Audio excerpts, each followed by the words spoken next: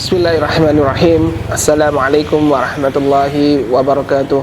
Waalaikumsalam warahmatullahi wabarakatuh. Alhamdulillah, alhamdulillahi rabbil alamin. Wassalatu wassalam ala nabiyina Muhammad. Alhamdulillah, yang mana telah Allah berikan kepada kita suatu nikmat yang mana wajib bagi seorang hamba untuk selalu bersyukur dan mohon pertolongan hanya kepada Allah Subhanahu wa ta'ala.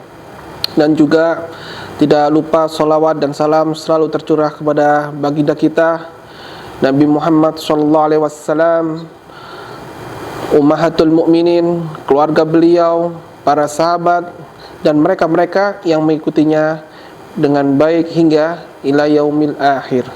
Alhamdulillah, dalam kesempatan ini kita kedatangan tamu ya, bersama Al Ustadz Rahmat. Kaifa Al Ustadz? Alhamdulillah khair. Alhamdulillah khair, Masya Allah.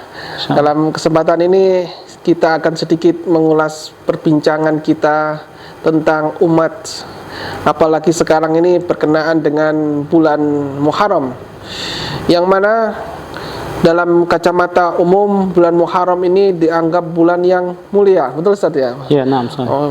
Bulan yang mulia, di mana bulan mulia ini dianggap setelah bulan Ramadan, bahkan acaranya terkadang melebihi bulan Ramadan, baik ritual ibadahnya ataupun dalam ritual-ritual sehari-harinya ini ya. Nah ini dalam kesempatan ini sedikit mumpung kita bersama Al Ustadz, kita berbincang-bincang tentang masalah bulan Muharram. Apa sih bulan Muharram ini? Apakah benar nih ada bulan yang mulia yang melebihi bulan-bulan Ramadan sehingga kita sebagai kaum muslimin harus merayakannya dengan rafora ya, dengan pesta atau apa, atau kiat-kiat yang bagaimana lah seharusnya sebagai kaum muslimin yang terkhusus untuk di bulan Muharram ini. Fadhal Ustaz. Baik. Barakallahu fikum. Bismillah. Alhamdulillah. Wassalatu wassalamu ala Rasulillah wa ala alihi wa sahbihi wa mawalah, la haula wa la quwata illa billah, amma ba'du. Terkait tentang masalah bulan Muharram yang saat ini kita berada di dalam bulan Muharram tahun 1445 Hijriah. Nah, di sini kita harus bisa melihat bulan Muharram itu dengan kacamata Islam. Nah, jangan melihat sesuai dengan kacamata kebanyakan orang, gitu ya. Betul. Karena kita kan sebagai seorang Muslim, yang mana namanya Muslim itu adalah orang yang Islam. Artinya, ya segala perilakunya, segala pola pikirnya, segala dalam memandangi, menyikap ya, dan semua hal yang terkait dengan kehidupan, apalagi terkait dengan masalah agama, itu yang harus dikembalikan kepada panduan Islam, bukan panduan perasaan, bukan panduan kebanyakan orang, bukan panduan si fulan si alan, tapi harus dikembalikan kepada panduan Islam, yaitu bagaimana sih Allah SWT menyebutkan bulan Muharram di dalam Al-Quran, dan juga bagaimana sih Nabi kita Muhammad SAW dalam menyikapi ya, bulan Muharram tersebut. Nah, ternyata kalau kita lihat ya, kita dalami, kita saksikan, kita telaah bareng-bareng apa yang ada di dalam Al-Quran terkait tentang masalah bulan Muharram ini, ternyata Allah Subhanahu wa ta'ala memuji ya, bulan Muharram tersebut. Sebagaimana dalam surat Taubah ayat 36, Allah Taala berfirman, inna iddata syuhuri indallahi isna asyara syahra fi kitabillah yama khalaqas samawati wal ard minha arba'atun hurum. Sesungguhnya hitungan bulan di sisi Allah Subhanahu wa ta'ala dalam satu tahun ada 12 bulan. Fi kitabillah, pada ketetapan Allah Subhanahu wa ta'ala. Di hari di mana Allah Subhanahu wa ta'ala menciptakan langit dan bumi. Kemudian Allah pun berfirman, minha arba'atun hurum. Di antara 12 bulan-bulan tersebut ada 4 ya, dari bulan haram. Ya, maka Nabi SAW menjelaskan 4 bulan haram tersebut di dalam hadisnya, yang mana hal tersebut di antara bulan haram adalah bulan Muharram. Maka kita sebagai seorang muslim yang merasa harus meyakini bahwasanya bulan Muharram itu adalah bulan mulia. Kenapa? Karena dipuji Allah SWT dan dipuji oleh Nabi Sallallahu Alaihi Wasallam. Kemudian setelah itu, apakah setelah kita mengetahui kalau bulan Muharram itu bulan mulia, apakah kita harus pesta, kemudian mengadakan ritual tertentu, kemudian nguri-nguri yang dulu-dulu pernah dilakukan oleh ya mungkin nenek moyang kita. Nah, maka sebagaimana yang tadi kita telah sampaikan, seorang muslim itu cara pandangnya, pola pikirnya, keyakinannya, perilakunya itu harus sesuai dengan tuntunan Islam, bukan tuntunan manusia. Kenapa? Karena manusia itu ya banyak salah, ya, banyak kelirunya, banyak menyimpangnya, banyak lupa. Adapun kalau kita kembalikan kepada Allah dan Rasulnya, sudah ada jaminan kebenaran, kan gitu. Nah, sehingga kita dalam melakukan hal tersebut, dalam memandang bulan Muharram, bagaimana apa yang kita lakukan itu betul-betul di atas ilmu, di atas kebenaran. Nah, maka setelah kita telaah hadis-hadis Nabi SAW, ternyata ya, Nabi tidak pernah mengadakan ritual-ritual tertentu, acara-acara tertentu, amalan-amalan tertentu, kecuali hanya amalan ibadah puasa, yaitu pada tanggal 10 Muharram, yaitu Yaum Asyura, dan juga beliau bertekad sehari sebelumnya tanggal 9 Muharram beliau juga ingin berpuasa. Ternyata qadarullah beliau tidak bisa menemui hari tersebut karena Allah sudah mewafatkan beliau sallallahu alaihi wasallam. Nah, maka daripada itulah kita sekali lagi muliakan bulan Muharram ya dengan amal-amal soleh, ya, meningkatkan amal soleh, ya, dan menjauhi perbuatan-perbuatan yang melanggar syariat Islam, melanggar tuntunan Allah dan Rasulnya. Karena bulan yang mulia itu kalau seorang melakukan kebaikan maka pahalanya dilipatkan. Demikian pula sebaliknya kalau perbuatan dosa ya dilipatkan dosanya juga. Nah, maka demikian apa yang bisa kita lakukan dalam menyikapi bulan Muharram. Oleh karena itu sekali lagi kita di dalam kehidupan ini harus bisa benar-benar mengaca apa yang menjadi sudut pandang Islam dalam memandang datangnya bulan Muharram.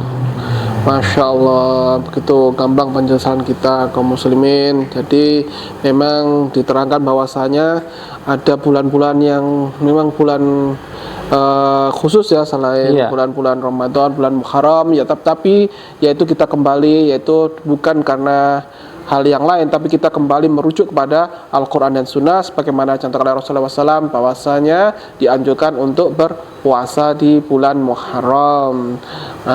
Itu nih alhamdulillah kita juga kedatangan tamu hari ini ya, Fahmi, insyaallah. Kaifalu ya? Alhamdulillah khair, masyaallah. Ini beliau masih kuliah nih ya, di mana Ustaz? Di Najran ya, insyaallah. Mungkin padahal ya, barangkali Fahmi ada yang mau sedikit tanyakan atau dibicarakan lah, mumpung ada Ustadz Rahman, Masya Allah. Ada ya. Bismillah. Van Ustadz ingin mengajukan beberapa pertanyaan. Mungkin diantaranya di beberapa daerah, terutama di Indonesia ini, di daerah-daerah yang dekat dengan pantai, kemudian atau gunung, di situ sering diadakan ritual-ritual, apalagi menjelang atau berada di bulan Muharram ini. Itu dan ritual-ritual tersebut sudah seperti menjadi adat kebiasaan masyarakat kita. Jadi sulit dihilangkan dari masyarakat kita, Ustaz. Bismillah, alhamdulillah, wassalatu wassalamu ala rasulillah ba'du. Memang fenomena yang kita alami atau yang kita saksikan saat ini sejak dulu sampai detik ini, setiap datangnya bulan Muharram, kalau bahasa Jawanya itu bulan Suro ya, biasanya itu orang-orang yang menekuni ilmu-ilmu tertentu, dalam tanda kutip ya, ilmunya di sini bukan ilmu pengetahuan, ilmu pelajaran sekolah, bukan ya, ilmu dalam tanda kutip. Yang mana ketika datang bulan Suro, bulan Muharram, mereka itu sudah kayak sebagai syarat untuk meningkatkan Ritual. meningkatkan kualitas keilmuannya dengan mengadakan ritual-ritual tertentu. Dengan mendatangi gua-gua, gunung-gunung, tempat-tempat keramat, ya, untuk istilahnya nganyari ilmunya, ya, nganyari ya, memperbaharui kan seperti itu, mengupdate kalau bahasa kerennya, ya seperti itu. Nah, lalu bagaimana kacamata Islam seperti ini? Ya, yang pertama, ya bahwasanya kita sebagai seorang Muslim dalam menyikapi adat istiadat yang berkembang di masyarakat, ya, karena kan ritual seperti itu sudah menjamur dan kayak ya masyarakat itu juga menyetujui dan bahkan menjadikan itu suatu kebiasaan setiap tahun kan gitu. Maka yang pertama yang harus kita ketahui bahwa seorang Muslim itu tidak menolak adat istiadat secara mutlak. Ini yang harus diperhatikan. Tidak menolak adat istiadat secara mutlak. Akan tetapi seorang Muslim itu melihat adat istiadat yang manakah yang harus kita jalani, mana yang harus kita tinggalkan. Ya. Bahkan di dalam kaidah usul fikih itu ada al-adatu al-muhakkamah, kan seperti itu. Ya, adat itu bisa dijadikan sebagai pedoman hukum, ya. Nah, kalau bahasa undang-undang itu undang-undang tak tertulis gitu loh. Nah, ini.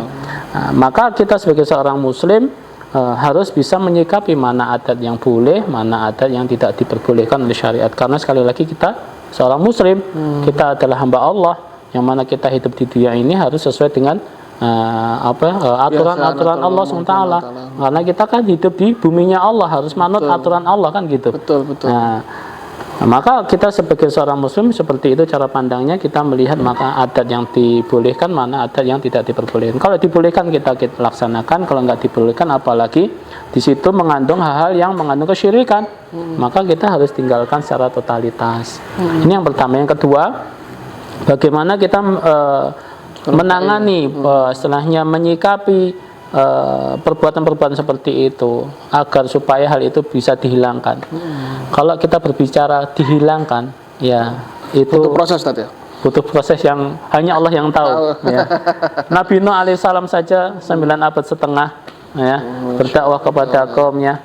Hanya berapa orang yang mengikuti beliau. Maka dibutuhkan semangat dakwah oleh diri kita masing-masing. Bahwasanya dakwah itu tanggung jawab kita semuanya. Terutama dakwah memperingatkan bahayanya kesyirikan, mengajak manusia untuk menyembah Allah, bertauhid kepada Allah Subhanahu wa taala.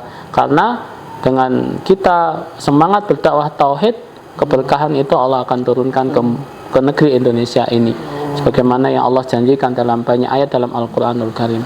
Dan juga adanya peran pemerintah dalam masalah ini, karena untuk mengingkari hal itu kan pemerintah yang punya wewenang, bukan personal kita itu tugasnya menyampaikan ya, memberikan pengarahan, memberikan peringatan dengan hikmah, dengan bijaksana, dengan lemah lembut, ya, tentunya berdasarkan ilmu dari Al-Quran dan Sunnah. Maka kita harus senantiasa berusaha, minimal kalau kita tidak bisa menjangkau cakupan yang luas, ya sanak kerabat kita, keluarga dekat kita peringatkan dari bahaya kesyirikan, bagaimana kita bersikap dalam menghadapi bulan Muharram.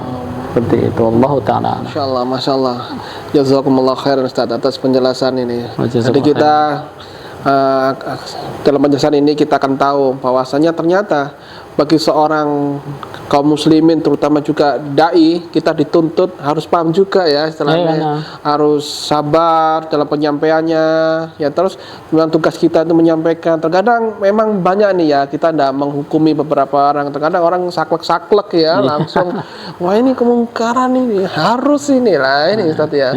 Akhirnya apa yang terjadi itu menimbulkan madarat yang lebih besar ya, lebih besar, malah orang itu benci. Sedangkan mereka itu kadang-kadang ada dua posisi ya, kaum muslim, ada yang tidak tahu ya, ada yang tidak tahu, atau yang satunya memang karena kurangnya ilmu masalah seperti ikut-ikutan. Ikut-ikutan. Ya, alhamdulillah penjelasan dari Al Ustadz Ahmad Habibullah sangat gamblang, saya rasa cukup pencerahannya untuk hari ini. Saya ucapkan jazakumullahu khairan. Dan kita tutup dengan doa kafaratul majelis. Subhanakallah wa bihamdika asyhadu an la ilaha anta astaghfiruka wa atubu ilaik. Assalamualaikum warahmatullahi wabarakatuh. Waalaikumsalam warahmatullahi wabarakatuh.